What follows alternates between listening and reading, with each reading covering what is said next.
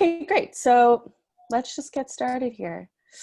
Okay, well, again, thank you for everyone for tuning in today. I'm Adeline Chung, and I'm the co-chair of the third annual SDA Bocconi MBA Luxury and Retail Forum. I have my co-chair here, Julia Shoup. So Julia and I have organized an amazing lineup of speakers, as you know, if you've been following, that will be joining us over the next week and a half now to discuss the digital and technological evolution of the luxury and retail industry.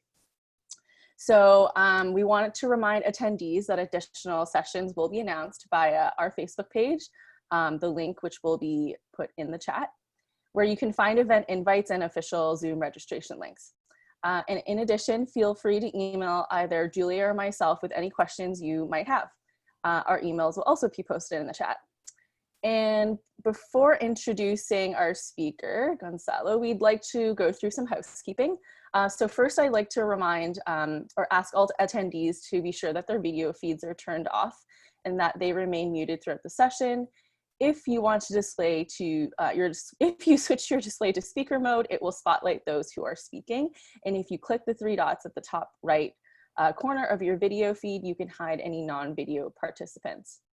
There is a chat box in which you can submit your questions throughout this session. However, we will reserve these questions for the Q&A at the end of the discussion. And lastly, we would like to ask that if any journalists or reporters are present, they may keep their contents of the session within the audience. And now I'd like to hand it over to Julia to introduce herself and our speakers for today. Thank you, Adeline. Hi, everybody. My name is Julia Shoup. I am also co-chair of the Luxury Retail Forum, as Adeline had mentioned. Thank you again for joining us. So as Adeline mentioned as well, I'm going to introduce our speaker, Gonzalo Cruz. Gonzalo co-founded Platforme, the fashion industry platform and consumer brand for high-end, made-to-order, customization, personalization, and digital collections that powers mass digital experiences for some of the biggest fashion houses at LVMH, Kering, and other independent groups. Platforme includes 2 additional business units, Digit, a consulting unit for 3D and fashion, and Skinvaders, a platform to distribute digital branded skins in video games, digital apps, and experiences. Gonzalo is passionate about tech, mainly for commerce, retail, supply chain, and specifically virtual tech, 3D, AR, and VR, which has been a big topic of conversation in this forum altogether, which is very exciting. Gonzalo also sits on the advisory board of 3 other technology companies, MXR, MyDidimo, I hope I'm saying that right, and Moxie. He has always worked in multicultural environments and knows how to speak 5 languages, English, Spanish, Portuguese, Italian, and French. Wow. Welcome, Gonzalo.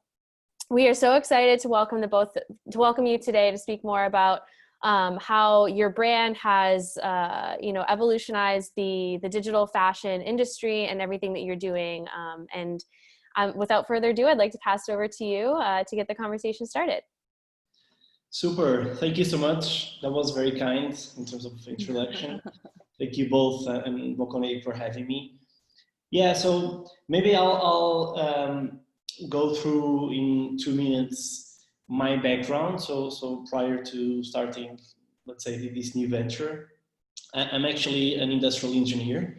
So I was trained essentially to know how to produce things. And very early in my life, my professional life as an engineer, I was exposed to factories. And actually, my first job was in logistics.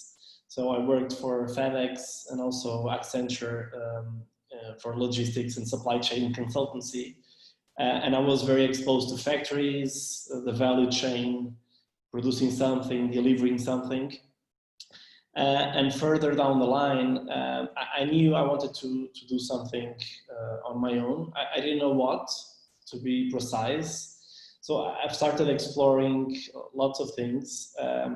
And I always loved the creative aspect of life, so arts in general. So eventually I started coming closer to the creative scope, design and digital, let's say, creatives. And I've built some companies. One of those was pretty successful at my scale, obviously, when I was in my 20s. It's a 3D agency that still exists, and we were doing essentially digital animations and visual effects for cinema and advertising, which got us incredible clients, incredible awards. At some point in time, we were jury at Cannes Festival. Cannes is one of the most famous advertising festivals in the world. So at our scale, being a small agency, that went pretty far. And then fast forwarding to, let's say, 5 years ago, I was having lunch with a good friend and great entrepreneur, Jose Neves, the founder of Farfetch. And he was commenting how incredible the early days of Farfetch had been up until that point. He was probably on his 3rd or 4th year, and they were already maybe 200 people or 300 people. So it was growing super, super fast. And eventually told me, look, I have a sneaker line that was my legacy business that I either phase out or we find a new life for that sneaker line. And it would be interesting to explore what could we do with that brand. It was a kind of a famous brand in London called Swear London, crazy shoes, like punk shoes and sneakers. And back in the 90s, it was pretty successful. Spice Girls were wearing those, and lots of rock bands, at the same time, in the sports space, so Nike, Adidas, and other brands were starting to do digital customization plays. So because I had my 3D agency background, and I was seeing Nike and Adidas entering this digital, let's say, experience, we came up with a concept, and back then it was just a concept of creating my swears. So it was a personalization play for the sneaker line. And we did a demo, so we did a 3D of a shoe with some interaction where you could obviously change materials and colors and all of that. And the quality turned out to be much better than Nike and Adidas. And I was quite amazed with such a small team and experience when compared to those guys that have huge pockets, so big budgets. The quality of our 3D and the quality of our experience was already much better than those guys. So I pitched back to Jose and I told him, look, I think we have something here. Why don't we open a new company that essentially brings this new angle for fashion? And maybe we can start with luxury, because I've never seen luxury adopting a good digital representation, good 3D. We have seen that in sports, again, volume brands, but not in luxury. And our very, very first client that we pitched to was Karl Lagerfeld. So it was pretty amazing. And the first play that we did was with Karl Lagerfeld, the brand. Karl, the man, was involved, but this brand was licensed to a group. And we did a project that was called Karl Customized with K. And it was our very, very first project back in 2016, I believe. And then we start opening conversations with big groups, LVMH, Kering, and all of that. In the meantime, we have attention from some investors. We were very, very lucky. So we got invested by some very important people in the industry. Natalie Massenet, the founder of Net-a-Porter, was one of our very first investors. Carmen Busquets, that had been the first investor at Net-a-Porter, was also in that investment group. So suddenly we start growing our network, and eventually we entered the exclusive world of luxury, and we started powering incredible houses like Gucci, and now Dior, Fendi, and the list is long. So out of the top 10 luxury brands, we power maybe 6 or 7. And it's pretty amazing. So maybe I can show, because seeing is believing, and maybe it's easier for us to relate to what I was just describing. Let me see here. I will share my screen now.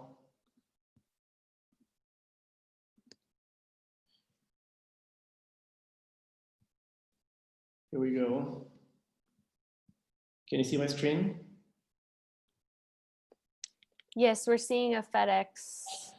Yeah, so just in 30 seconds. So FedEx was my very first job, then Accenture, then the agency that I was just mentioning.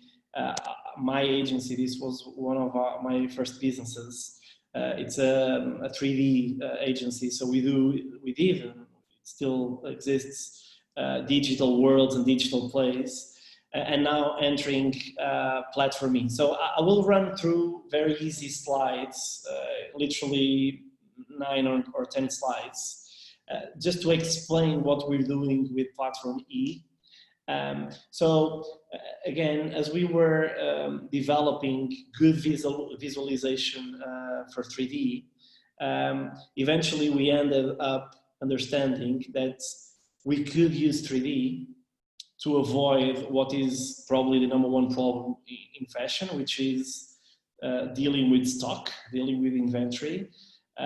As you probably know, and as this network knows pretty well, fashion, it's really not in a good place when it comes to financial and environmental sustainability. I normally say a quite radical sentence. I think that the business model for fashion, the business system, is fundamentally broken. Essentially because in 2020, we keep using the same processes that were invented in the 40s and 50s, so almost a century ago. And now we have a world of hyper connectivity, where obviously we see in real time what's happening in the fashion week and in the fashion shows. It's no longer acceptable that we do huge volumes in terms of inventory, willing and waiting that will be sold at 100% sell-through. That never happened in the past, and it will not happen in the future. And there must be a way of optimizing the stock that is simply not possible to be sold at 100%, again, full price and sell-through. So with this in mind, we knew as industrial engineers that designing a new system needed to have a strong made-to-order angle, for the very simple reason that made-to-order is by far the best approach to avoid overproduction, overstock. By definition, if it is a just-in-time model, a made-to-order model, and by the way, this might have customization or not, the pure made-to-order process is literally selling a product that doesn't exist physically, both online and in-store. We can relate to this as, for instance, and I normally give this example, when we buy a car, new cars will be made just for us. So we might enter a car stand seeing 1 or 2 cars, and we might have a depiction, a real example of 1 car, and eventually you will do your test drive in that same car. But when you buy a car, that car will be produced just in time, on demand, just for you. So there is literally no overproduction in the car industry and in the new car industry. So if you see that a car is composed by thousands of small parts, and if you see that fashion products are composed by just a few parts, it's kind of incredible to think that a car can be assembled in just a few days or weeks, and the human being cannot fulfill a simple t-shirt production and delivery in a few hours or days, or a dress, or a sneaker, or sunglasses, you name it. So we went through, the full value chain, and we understood again that there is something to be made in made-to-order terms, from the factory directly to our closet, let's say. So we have a very, very strong mission, and the mission comes before business, to be honest. So we want to drastically reduce overproduction and waste. And I normally tell the team and our clients, if we can create and cause an impact, I prefer that rather than having a very strong financial business. So if I have company A, an incredible impact, zero revenue, or company B, millions in revenue, no impact, I will pick company A. And the beauty about this is that my shareholders and investors understand the mission and the impact side of things. Obviously, as an investor, they are awaiting that this impact is also monetizable, so we can monetize this technology and processes, and eventually we will grow as a business. But mission comes first, and that's to us a very important subject. So we were featured in Vogue Business, Forbes, many important means. I won't go through those, but we have captured this small but yet very important space of being the made-to-order specialists in this sense. And I will explain in just one or two slides what does this mean. So the breakthrough moment happened when we understood that the 3D file per se, it's great, but it's just a 3D file. So it would be, it's interesting to showcase something in 3D, because obviously we don't need to do a physical sample, but we end there. So we had to come up with a process or a combination of processes to add on top of 3D rich data. And the breakthrough moment happened when we invented new layers of 3D. So literally, and this is quite technical, but I think it's interesting, typical 3D files are named objects. So the file format, it's .obj, .object. And we don't want to be playing just with objects. We want to be playing with objects and data. So on top of the objects, we have added rich data. So for instance, we're seeing a beautiful leather jacket. We produce the mesh, so the silhouette, the morphology of that jacket. We apply beautiful textures. We render to have a beautiful photorealistic representation.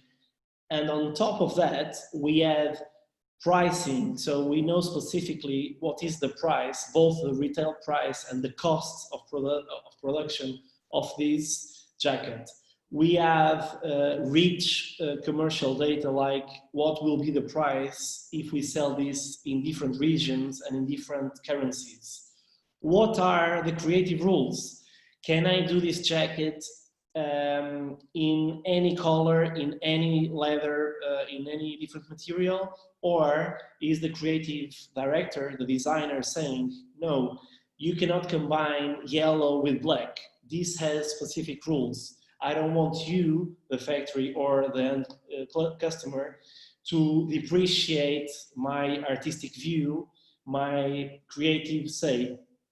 So we have these rules. And we also have very important data that goes to production. So in real time, whenever I play, let me use this expression, with this jacket, and I am done, so I have found my measurements, my material combination, and all of that, whenever I push the buy button, behind the scenes, we are exporting in real time a production specification file that will be sent to the factory, So they will know how to do exactly the same very jacket that the user or the creative director or the boutique or the factory just designed. And again, this capacity of connecting the front end, so let's say an e-commerce page and the factory, is something that was historically always very hard. And it's absolutely key to scale the adoption of digital and made-to-order processes. A side note that is very, very important. The vast majority of brands do not own their suppliers. Only very, very few groups or brands are completely vertical in the sense of owning their factories and owning the raw material suppliers. Very, very few, maybe less than 2%. And on the other hand, the vast majority of sales happens outside of their network. So very, very few brands operate 100% of their own sales channels. Maybe a handful of brands, like the top ones, own their operation in terms of sales. The vast majority of brands, including in luxury, rely on third parties for more than half of their sales. So to give you an example, and I don't know the numbers by heart, let's say Gucci, they have their directly operated stores, and they do have their online store, but every single boutique in the world, every single marketplace, every single platform that exists out there that sells Gucci, it's as important or more important than their internal network. Which means that without connecting external sales channels and external suppliers, it's impossible to scale made to order, because these two guys, they don't talk to each other, right? And using this example, Gucci won't give the access of a factory to Harrods, as an example, because they are external to Gucci. Both Harrods and the factory do not belong to Gucci. So we had to come up with technology and processes that give visibility to Harrods, and I'm just giving Harrods as an example, obviously, and Harrods can see in real time what is happening with Gucci's factories, okay? So, and this is absolutely key. So the bill of materials, the production status, the production specification files, it's key to scale made to order. So on top of all of this, to simplify and to accelerate the adoption, we've come up with very simple products that can be used essentially as a plug and play, almost as a service kind of thing. So we have come up with what we call white, and the name suggests white label, and that's precisely it. Very simple interfaces that are already done. And by changing the logo, the colors, the font, and obviously the product, you have a brandable interface that is super easy to use, and it's done, it's off the shelf. And again, when you use this white label solution, you are in real time connected to your factory. So whenever you want to buy a product via this platform, via this interface, in real time, you're sending the specification file, so the order request, to factories. This is also possible to be used in retail, so brick and mortars. We have, on top of what I've just said, two other things. Point of sale integration, so just to understand if we have collected the cash, because we won't be requesting something to be made without confirming the payment, obviously. And small details, but very important, in specific boutiques and stores, we know that is key to have the team engaged. In many cases, the sales staff gets commissions on sales. So we have a few other features to understand who generated the sales. So we relate the made-to-order processes to specific people in the shop floor, in the brick and mortar. We have some big players already using our technology. In the high-end space, we work with, I would say, the two most important players. Nordstrom in the US, as you probably know, they have more than 200 big department stores and a huge online business, namely on the mid and high-end brand level. And we have implemented this technology with them. So for a few cases and a few brands, they sell made-to-order products that, again, come directly from the supplier, from the production, from the workshop, directly to Nordstrom's end user. So bypassing the brands, the warehouse, and when I say bypassing, logistically, operationally, with no extra effort from the brand or the logistics side of things.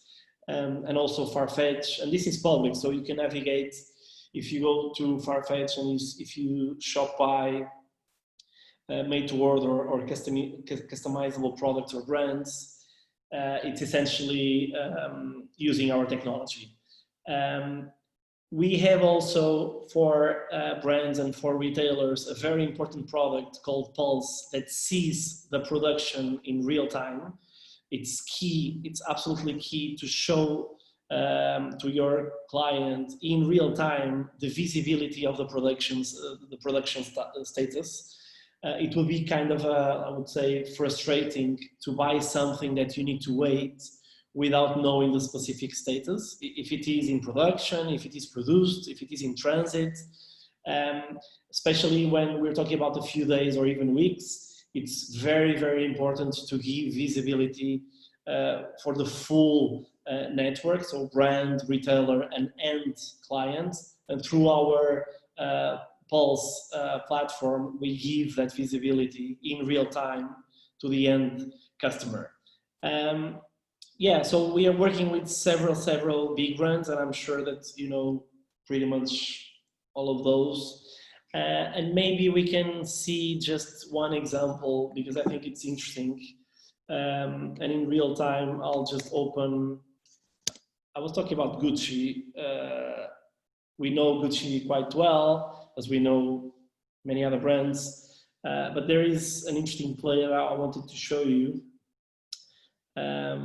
which is the do-it-yourself category. They call it DIY. Let me just see if the network is helping. Yeah, here we go.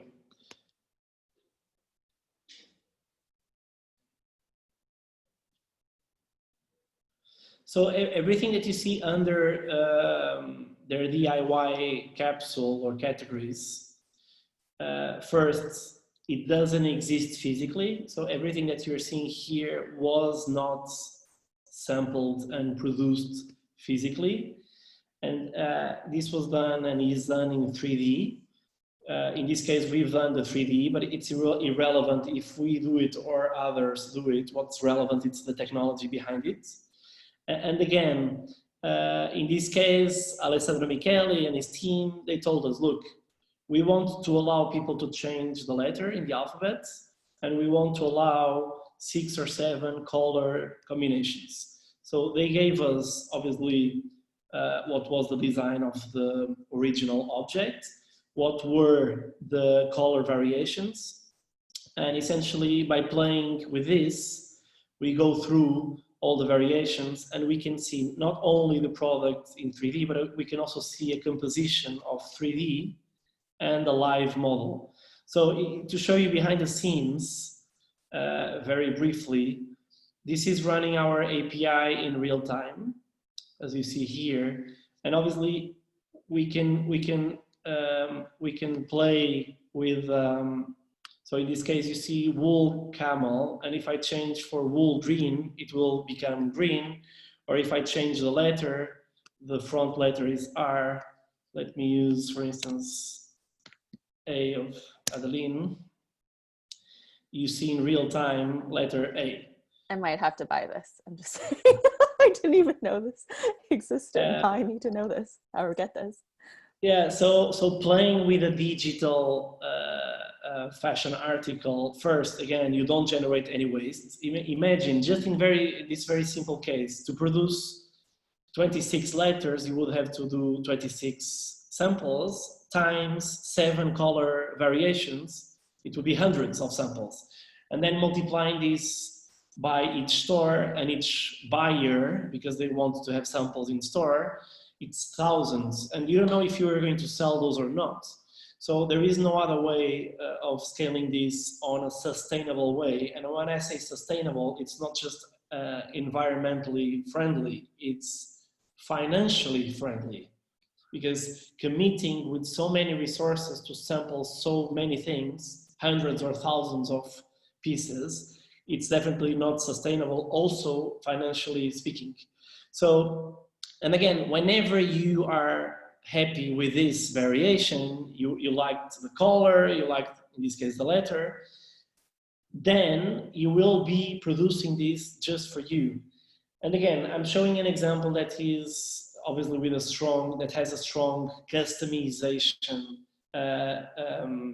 angle, but this is also valid for non-customizable items. So let's say you have this same jumper that was not customizable, so you couldn't change the letter, you couldn't change the color. It simply doesn't exist physically, and you have this in-store. So you can do your test drive, you can, try the fit, you can wear it.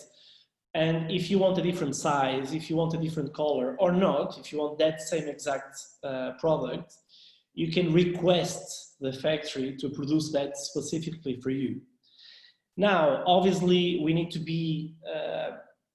consider that different products have different lead times, and obviously there are easier products with simple constructions that might be done and delivered in just a few hours or days. Some other, for instance, a complex handbag, a complex shoe might take longer.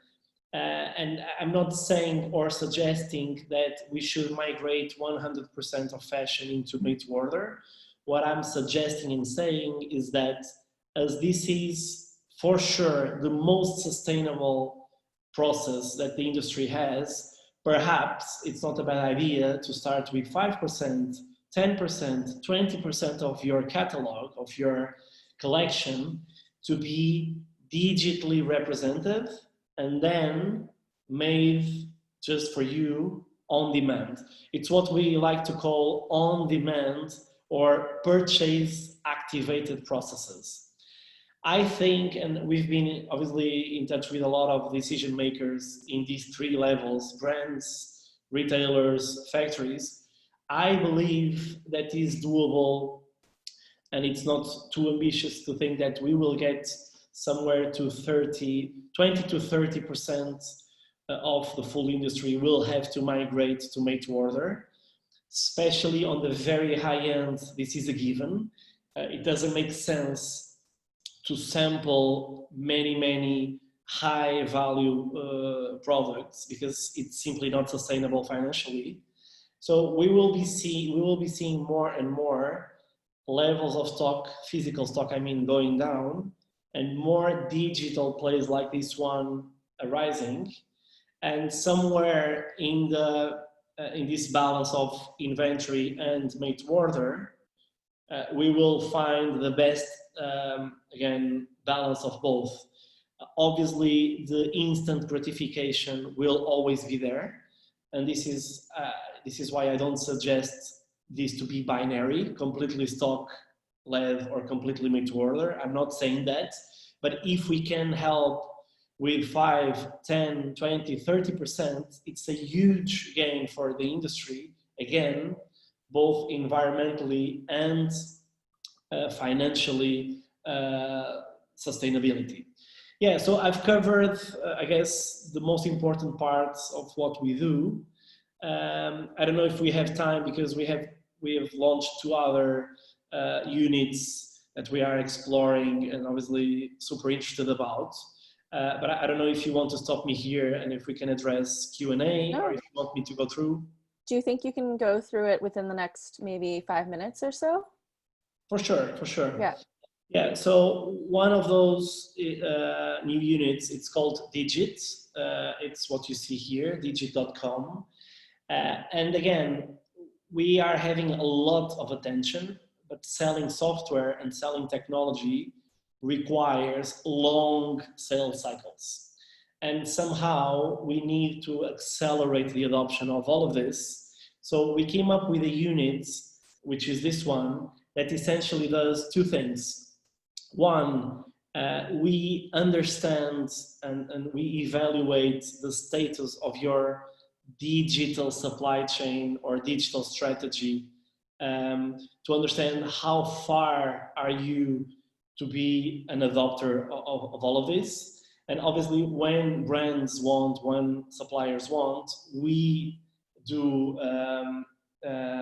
alongside with them plans and implementation processes so they can accelerate this.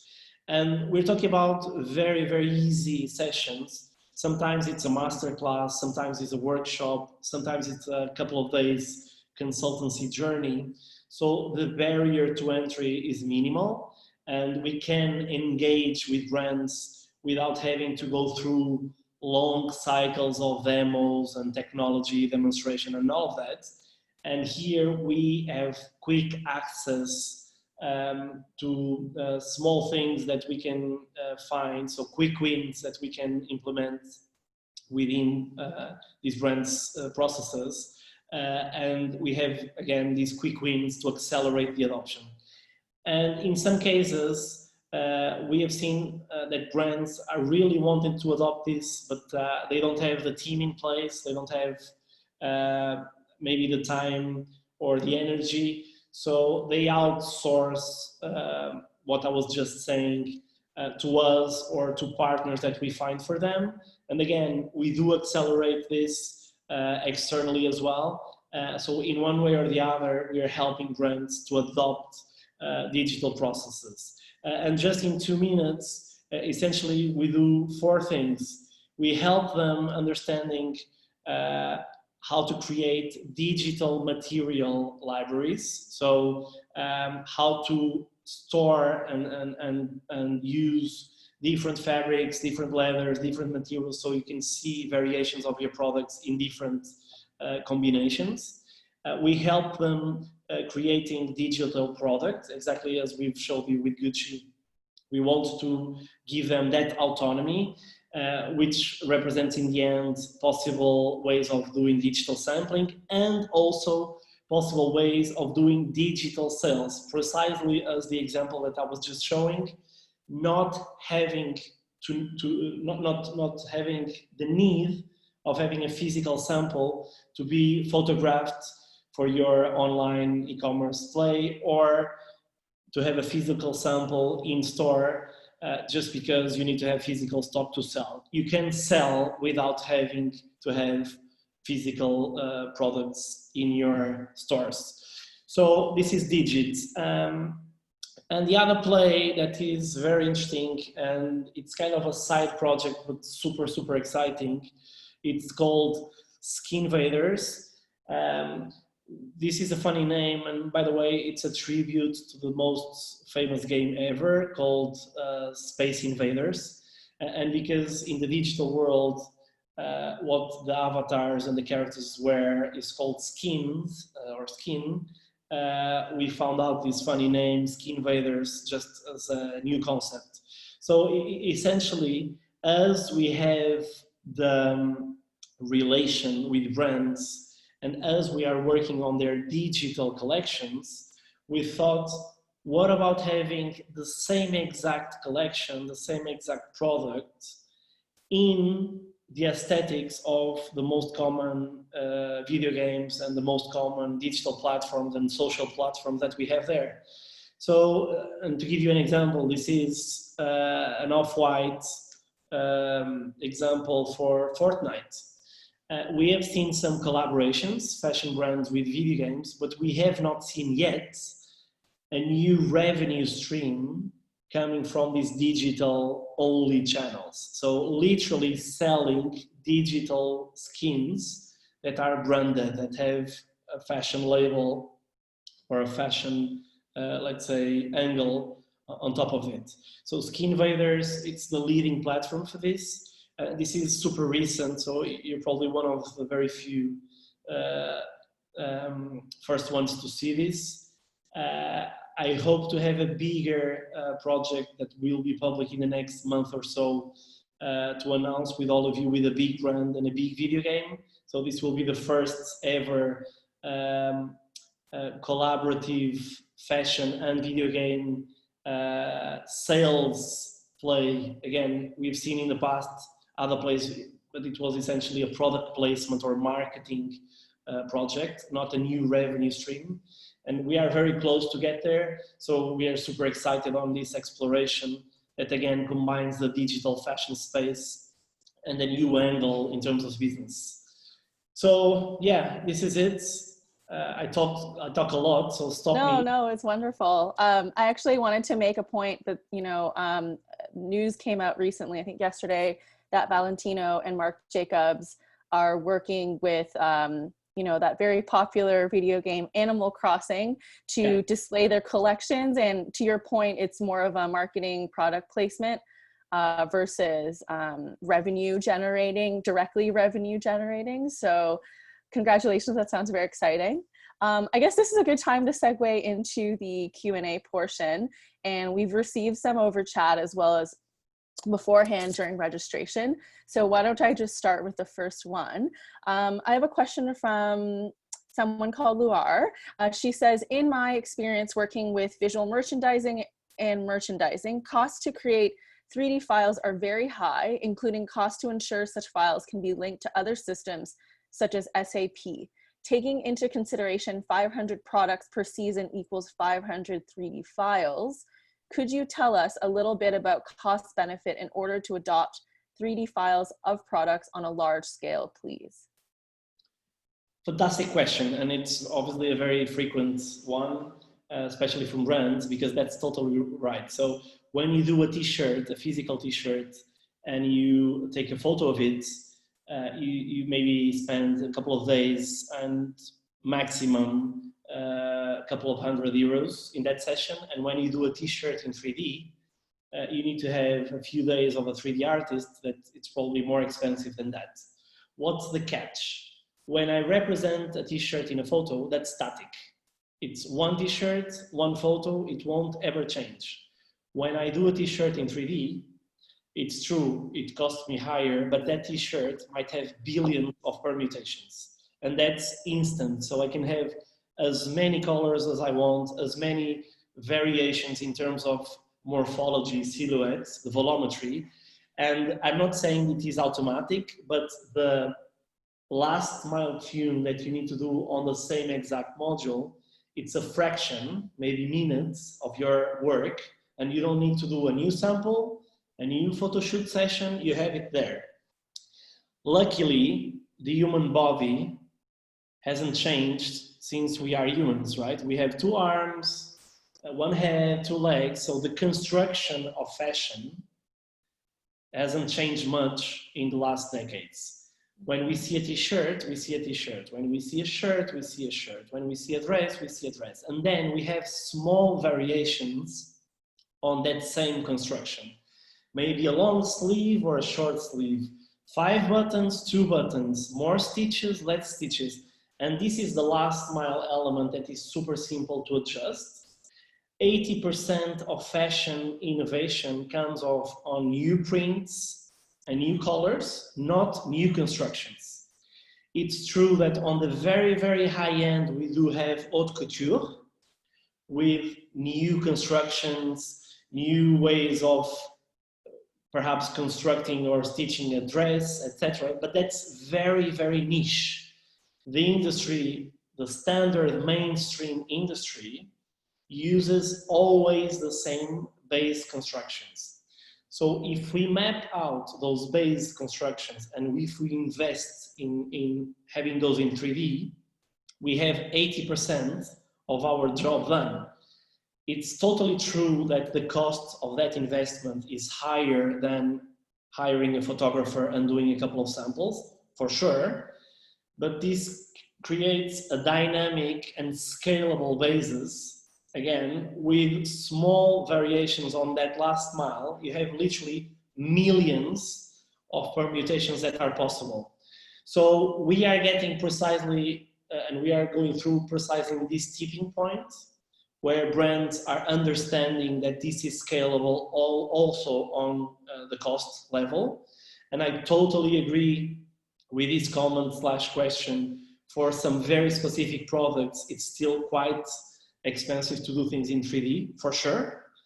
But as we are speaking, it's pretty much like the statistical, the algorithmic data for processing power. Every year that goes by, in this case for 3D, every month that goes by, the cost is going down by half maybe, and the speed of process is duplicating. So in 1 or 2 years, it will be very, very simple to do things in 3D.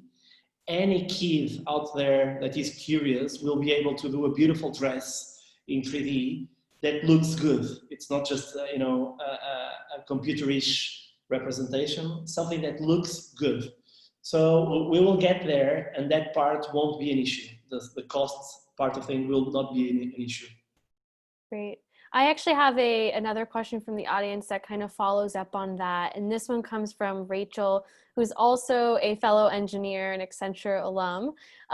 She's curious, maybe on top of the cost factors, what other hesitations or questions do brand leaders at these luxury companies have when adopting this new technology into their business?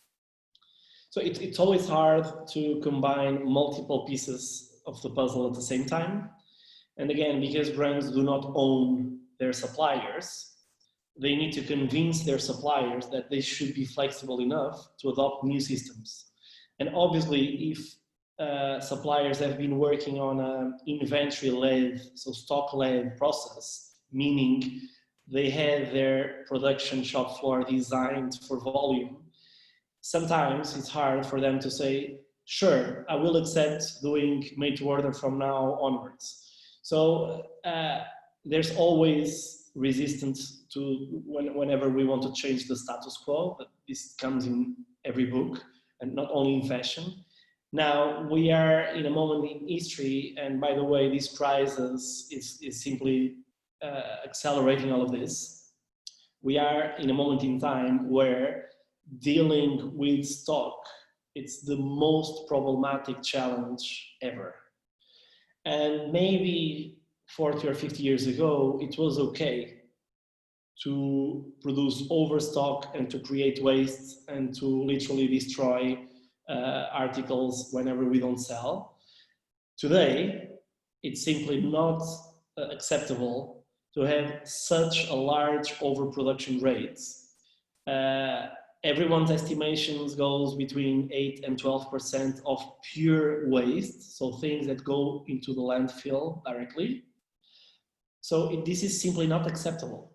And by the way, this is not just for volume players. It's not for 10 euros or $10 t-shirts. I can tell you, and this is public, that high-end fashion houses, they also destroy whatever they don't sell. Some products are preserved in their warehouses. Some are literally destroyed. This is not acceptable.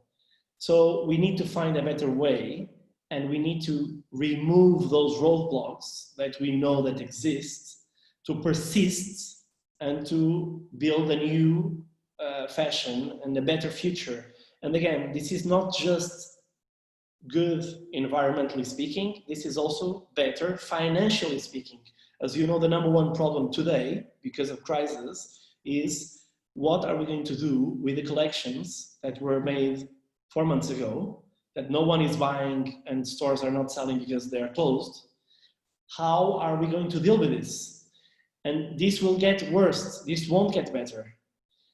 So it's impossible not to think and not to push the adoption of innovative processes and technology. And some I've just explained, but there's many other technology and processes that are just being adopted now. It's true, and in short, it's true that we have roadblocks, but it's time to do a common effort and removing those roadblocks to get to a better place. Sorry, I was on mute. So another question from Amanda, are the prices for made to order competitive with the prices for the rest of the buy now, wear now collection? Is Platforme accessible for brands outside of the luxury market? Absolutely, great question. And let me break maybe a couple of myths. Number one, is the costs of producing one-of-one higher than volume? Yes, yes it is. Now, to be fair in the comparison, we shouldn't look at the cost of production only, we need to see the full equation. And in 2 minutes, sorry if I get technical, but this is super interesting, and because you're insiders, it's important to exchange. Whenever you do volume, the cost of production on a unit economic goes down. The problem is you need to have a higher markup because you know that you won't be having 100% sell-throughs at full price. You go up in the markup because you know that you, at some point in time, you will have to create discounts. And whenever you see that 50 or 60% of your collection is at full price, and maybe 30% it's heavily discounted, and maybe 10% is never sold, in the full equation, in the big scheme of things, it costs you much more having waste and discounting rather than having a higher cost of production that is a pure variable cost. Why? You will only produce if you sell it. By definition, made to order is 100% sell through, 100% full price. So you can afford to go down on your markup because you will always have 100% sell through at 100% full price. So in the total equation, the cost of production is higher, but your margins are always higher. So in the end, you want to pay more to the supplier. By the way, he will be happier because he's getting more money. And you're not generating waste and having better margins. So again, this varies case by case. Some products, actually, the cost of production it's not an issue. Some other, it is. But in the full picture, in the full equation, made to order is competitive with volume plays, if not better. So it shouldn't be a problem in terms of adoption. I'm sure that's reassuring to any of the smaller brands out there that want to be activating in this space. I actually have a question, shifting focus a little bit to the virtual avatar aspect of, say, the video game skins, and maybe even if a consumer is going to purchase a made-to-order item, are they able to see it on a virtual avatar of themselves to get a better idea of the fit? And in addition, we spoke last week with Costa Elchev, who has worked a lot in the virtual influencing space, helping to create Lil Michaela. Those who don't know, she's a fully virtual influencer. If you look her up on Instagram. What are sort of your thoughts on virtual influencing and sort of the digital version of ourselves, whether it looks like us or if it's, a different kind of creature or whatever it may be? What are sort of your thoughts on that part of this whole picture? Yeah, can I just add one thing? I think the idea of like cross reality is really interesting. I think the idea of like Lil Michaela, who is a virtual influencer, but interacts with real people on Instagram. Yeah. So first and foremost, not every people are as good looking as you. So what I'm saying is maybe 90% of humans don't like to see themselves in photos or digital representations. And there is a reason why the vast majority of avatar or character adoption is kind of cartoonish, like the Bitmoji, emoji, etc. It's a funny representation of you. It's not a realistic representation of you. So in any single play that we will be seeing in the future, I don't believe in perfect, high fidelity representation of my face and my body. Again, because 99% of us are not models, right? Some people won't mind having a realistic view, but if we have this as mandatory, my gut feeling is saying that the adoption won't be huge. This is one comment. Another comment that I think it's interesting. It's kind of a paradoxical thing. The bigger the city you live in, the less social interaction you have and the more digital interaction you have. So if you live on a very small village, you know everyone in that village, physically, in person. If you live in Shanghai or New York, you keep constantly looking to your phone, you don't interact as much with humans. What I'm suggesting here is that in bigger communities and bigger cities and countries, the social self, the digital self, will become more important than the digital self. So any representation of you in that space will be very, very important. And again, it could be more high fidelity or less, it could be more cartoonish or less. For sure, we will be seeing more and more avatars and, you know, the digital version of me. And for sure, what we are doing with digital fashion will be composed, will be combined. And for sure, we are already seeing that. We will be seeing our digital self using digital clothes that can be real, so we can buy those clothes. There is no doubt. I personally believe, again, that we will relate to similar people. So for instance, if I have a body type that is similar to George Clooney, I prefer to see George Clooney rather than myself.